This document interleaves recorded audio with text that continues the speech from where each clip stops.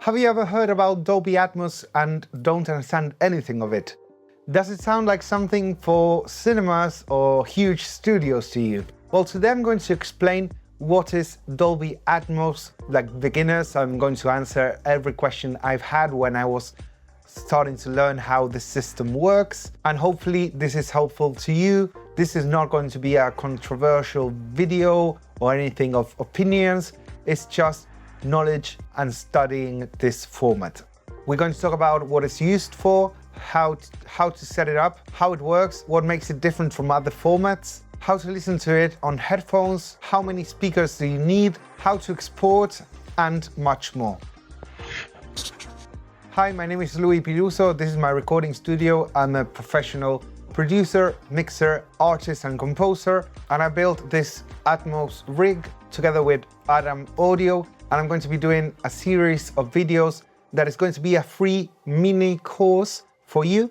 So I hope you're excited about this. Please subscribe below, leave your thumbs up, and let's start with the video. Wait. Before learning something new, have you made sure you have a place to upload your music to?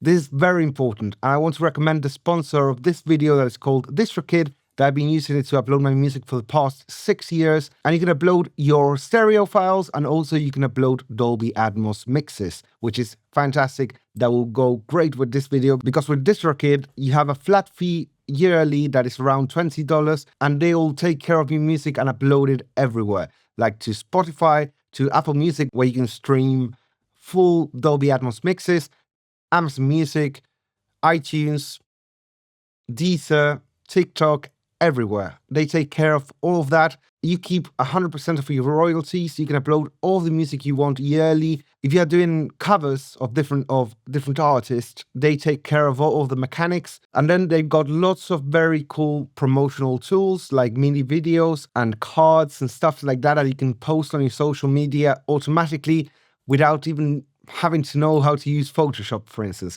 They also allow you to do splits between your band members and assign different percentages to each of them. And the coolest thing of all is that they gave us a 7% discount for your first year.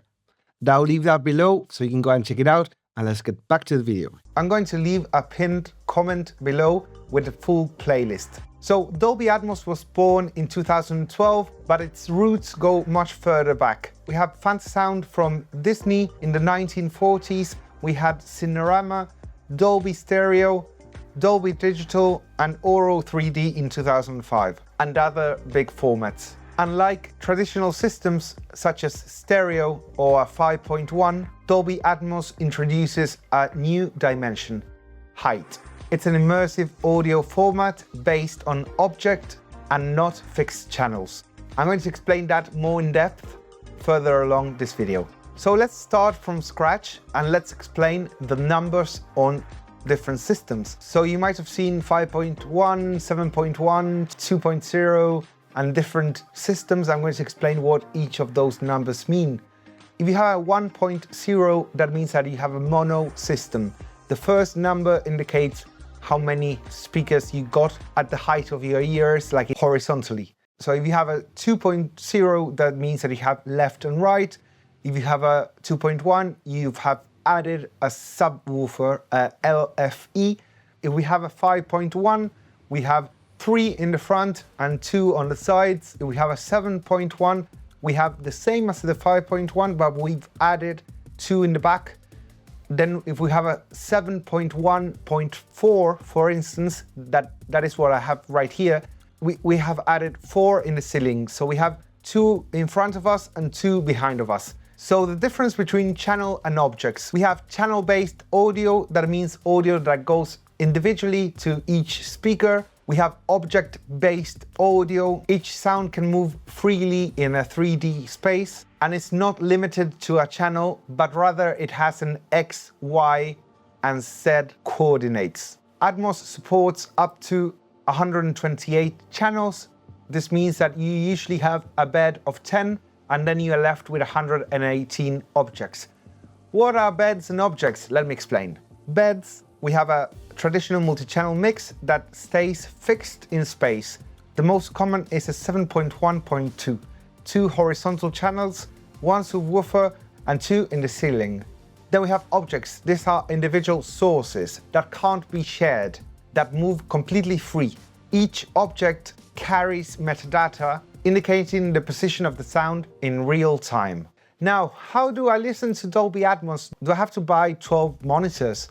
Absolutely not. And here's where the magic kicks in. So Atmos has a download capability. A single mix can be played on a cinema with 30 speakers, a 7.1.4 room such as this one, a soundbar, home theaters, a phone, and headphones. And headphones work thanks to binaural rendering.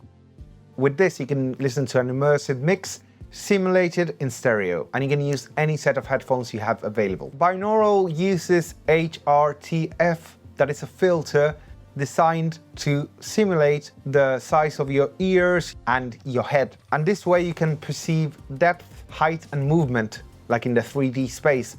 And this is very important, that if you're going to do Dolby Atmos mixes professionally using headphones, I suggest you get your own profile of HRTF, because people have different sizes of heads, different sizes of ears, and so everyone is going to perceive the binaural in a different way. That's why it's important for you to have your own profile. So binaural is not the same as stereo. Stereo is two discrete channels. Binaural is a simulation using those two discrete channels.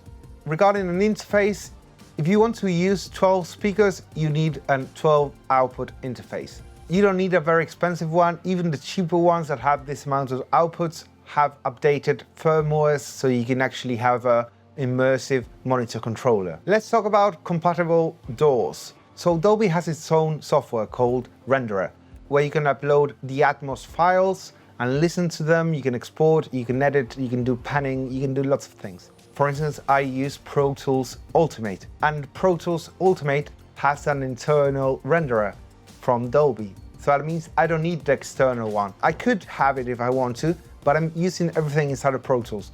There are other softwares that do the same, but some of them need different configurations. So you have Nuendo, Logic Pro, Ableton Live, Reaper, and just remember that everything is evolving so fast that maybe in a year's time, everything is really easy to use and everything has Atmos already configured into it. Another important thing to consider is that if you want to start playing with your headphones and Pro Tools and the internal renderer, make sure your session is at 48K in sample rate. This is very important, otherwise it won't work. If you want me to make a video showing how to set up a Pro Tools session to work with Dolby Atmos, let me know below.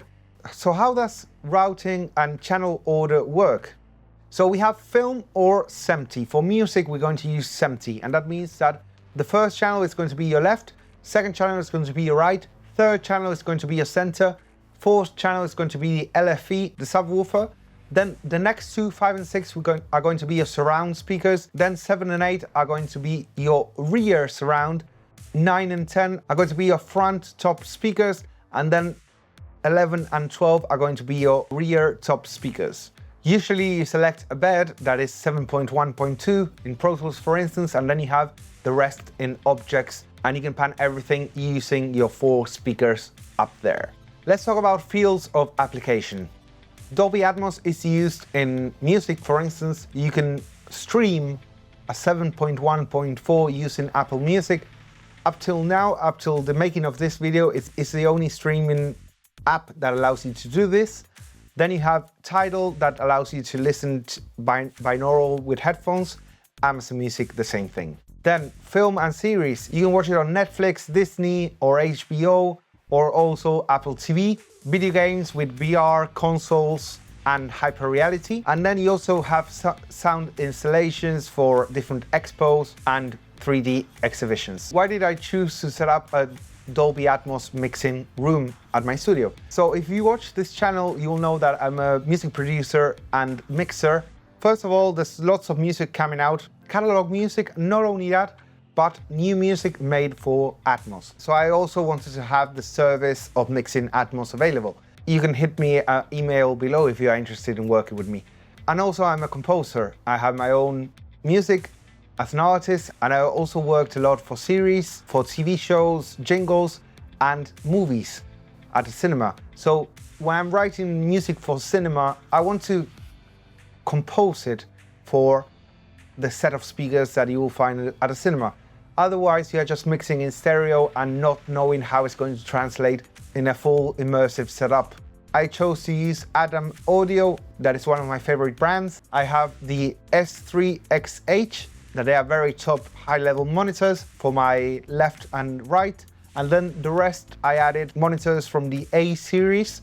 And the reason I chose the A range series is because it has DSP that you can actually print a profile into your speaker with EQ settings and stuff. So you don't need to use an external software turned on all the time in your computer. And the calibration is much faster and better and more accurate. So are you following me up to here? Let me know below in a comment. Thank you for sticking around. We still have to talk about a couple of things. Don't forget to subscribe. And the next question is very important. How do we deliver an Atmos mix? When we want to export our song in Atmos, it's not our regular stereo file. We need a ADM BWF file. This looks like a wave. It has 128 available channels in it with metadata of the position, the pan, the movement, and everything. The cool thing is that Atmos works with re-renders. That means that you can have different exports for different systems if you like, but also if you want to just submit your music to a distribution service, you just upload that file and that distribution service will transform it for each listener and their setup. So your ADM file will work for stereo, mono, 5.1, 7.1, you name it. Let me know what you thought below if this video was helpful. We're not trying to make any kind of controversy here, we're just trying to explain a format, and I think that it's always useful to learn something new. You don't need a lot of money to set up an Atmos studio. If you have a set of headphones and the software, you can already start making your own Atmos mixes. I encourage you to start playing and having fun. I'll leave you here the full playlist where I'm going to be uploading the videos, and here another video for your convenience. Don't forget to subscribe. My name is Louis Piluso. You can find my information below. Till next time, ciao ciao.